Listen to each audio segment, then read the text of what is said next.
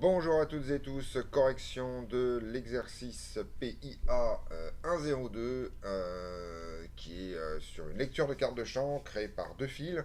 Donc on vous donne deux cartes de champ ici données dans les figures 2 et 3 créées par deux fils parallèles entre eux et perpendiculaires à la carte, hein. Donc il faut bien comprendre que les fils en fait ils sont ici, ici, ici et ici. Voilà. Et donc l'intensité vient ou part dans l'autre sens. Voilà. Alors, on vous demande de donner dans chaque figure, pour chaque figure, enfin le sens du courant dans les fils, les zones de champ magnétique est fort, faible, et le ou les points de champ magnétique est nul. Alors, c'est pas très compliqué en fait dans cette histoire.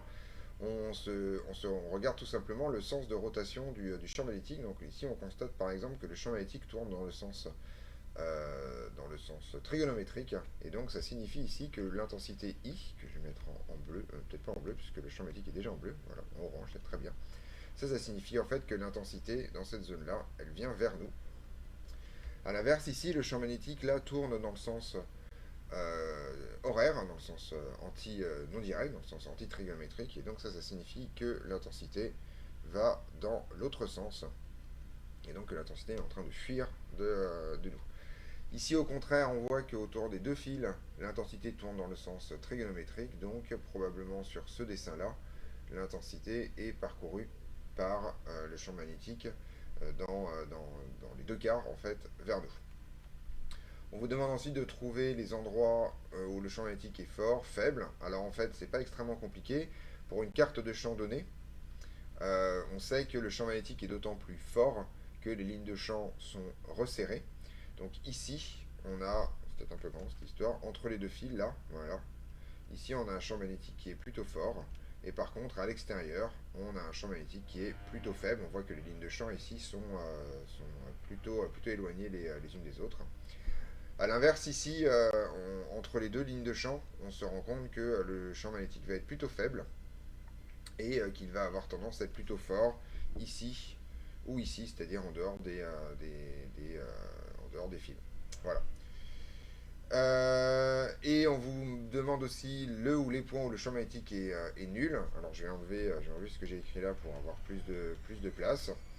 Alors il s'avère en fait que le champ magnétique est nul à l'endroit où les lignes de champ se croisent, c'est-à-dire ici.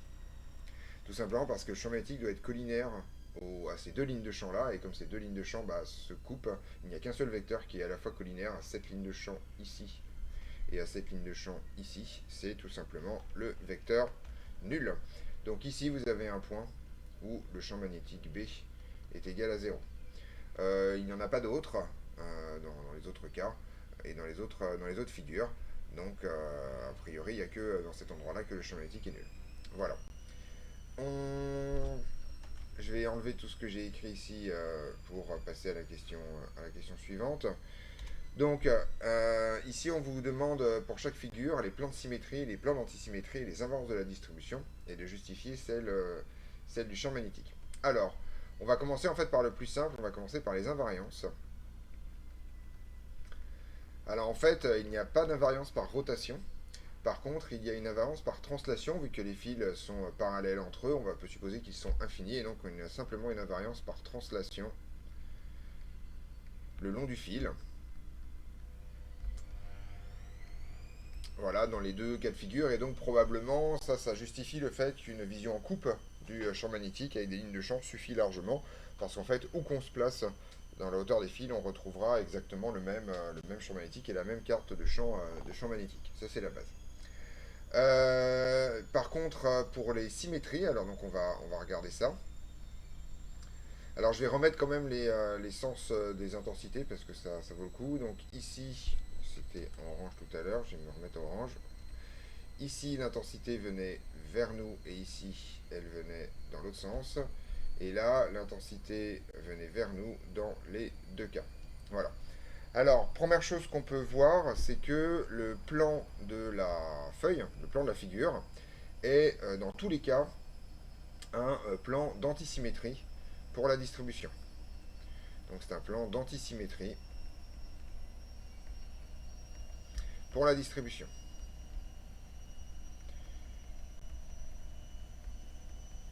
D'accord. Ça c'est le plan de la feuille. Alors j'ai j'ai pas écrit ça.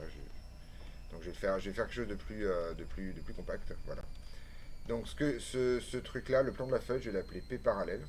D'accord. Et puis le plan, et après, si je prends des plans perpendiculaires, je vais appeler ça. Donc P parallèle, c'est un plan d'antisymétrie pour la distribution dans les deux cas. Tout simplement parce que en fait le plan perpendiculaire à un fil, alors on peut faire un dessin à la limite vu de côté. Hein. Si vous prenez n'importe quel fil comme ça, parcouru par une intensité qui va vers le haut, d'accord, comme ça là, hop, avec une intensité ici, eh bien il s'avère que n'importe quel plan qui serait perpendiculaire pardon, au fil, voilà, ce plan-là est un plan d'antisymétrie, tout simplement parce que si vous prenez le point ici, que je vais appeler P, que vous prenez son symétrique P', et bien en fait l'intensité ici est dans le même sens, alors que le symétrique de l'intensité serait vers le bas.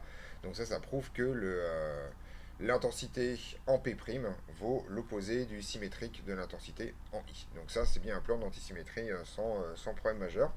Et donc ça vous indique que le champ magnétique est forcément contenu, quoi qu'il arrive, dans ce champ. Donc ça, c'est un théorème de cours. Hein. Le champ magnétique est toujours contenu dans les plans d'antisymétrie. Et ça explique en fait la lueur des lignes de champ. En fait, on voit que les lignes de champ sont littéralement contenues dans ce plan d'antisymétrie. C'est quand même extrêmement corrélé à l'invariance par translation. Alors plus subtil, il va falloir regarder en fait les plans médians. Alors on sent bien que ce plan-là va avoir une propriété particulière dans les deux figures. Donc il y a celui-là, voilà, pour cette figure-là. Et puis je vais peut-être changer de couleur parce qu'ils n'ont pas la même nature. On va prendre celui-là par exemple. Et on sent que là, il y a aussi un plan là, dans ces deux plans sont visiblement des plans particuliers. Alors en fait, il s'avère que le plan que j'ai tracé dans cette couleur-là, c'est-à-dire pour la figure 1, ce plan-là, ça, et bien en fait, c'est un plan d'antisymétrie pour la figure, tout simplement parce que vous voyez que si je fais le symétrique ici, j'inverse donc les deux fils, mais par contre, je ne retrouve pas le même sens des courants, donc il va falloir aussi que je mette un moins dans cette histoire. Donc ça, c'est un plan en fait d'antisymétrie pour la distribution, ce qui signifie donc que le champ magnétique en son sein va être contenu dans le plan. Donc c'est ce qui a l'air d'être indiqué là à la figure, d'une part. Et d'autre part, ça signifie aussi que ce plan d'antisymétrie va être... Donc ça, c'est un plan d'antisymétrie de I. Et donc, d'après votre cours, c'est un plan de symétrie de B. Comme c'est un plan, et on vérifie que c'est un plan de symétrie de B, alors ça se voit bien entendu pour les champs magnétiques là, hein, on se rend compte que si je prends le symétrique de cette boucle là, eh bien j'obtiens bien la boucle qui tourne dans le sens opposé de l'autre côté, donc on a une vérification assez nette du fait que ce plan d'antisymétrie pour la distribution est un plan de symétrie pour B.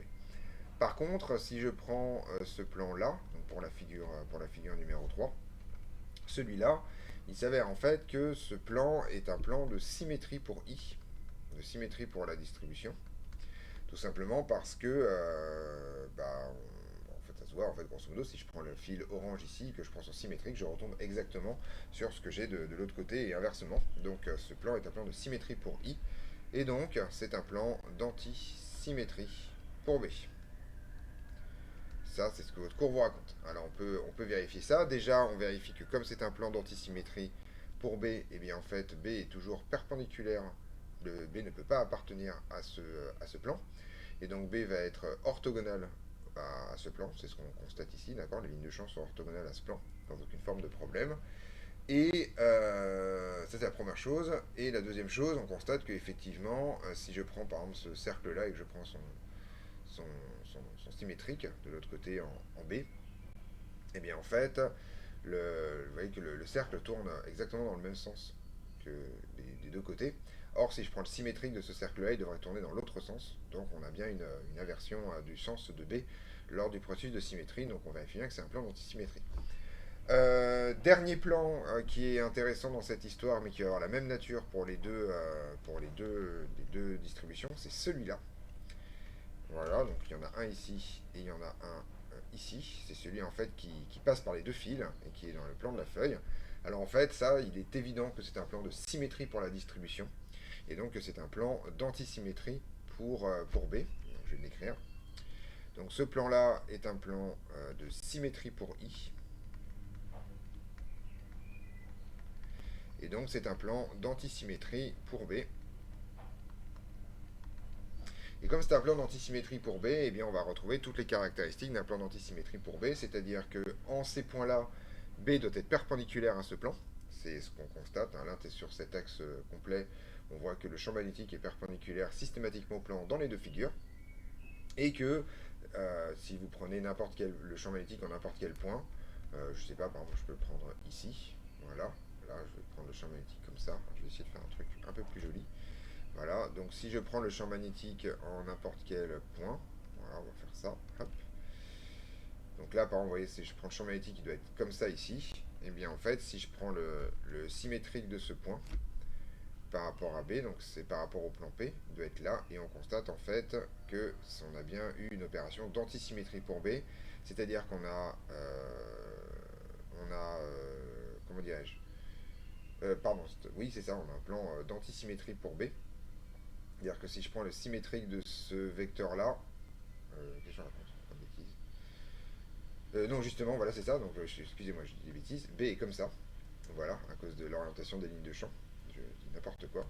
Voilà, hein, donc les lignes de champ tournent comme ça. Donc B est comme ça, c'est bien. Donc on est bon.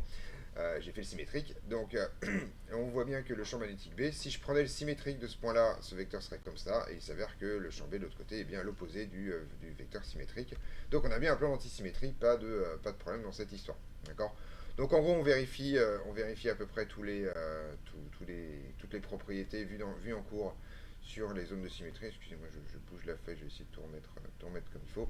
Voilà, bon, ok, on va plutôt faire ça autrement. Voilà.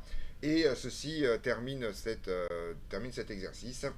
Et on se retrouve donc dans d'autres vidéos pour d'autres corrections.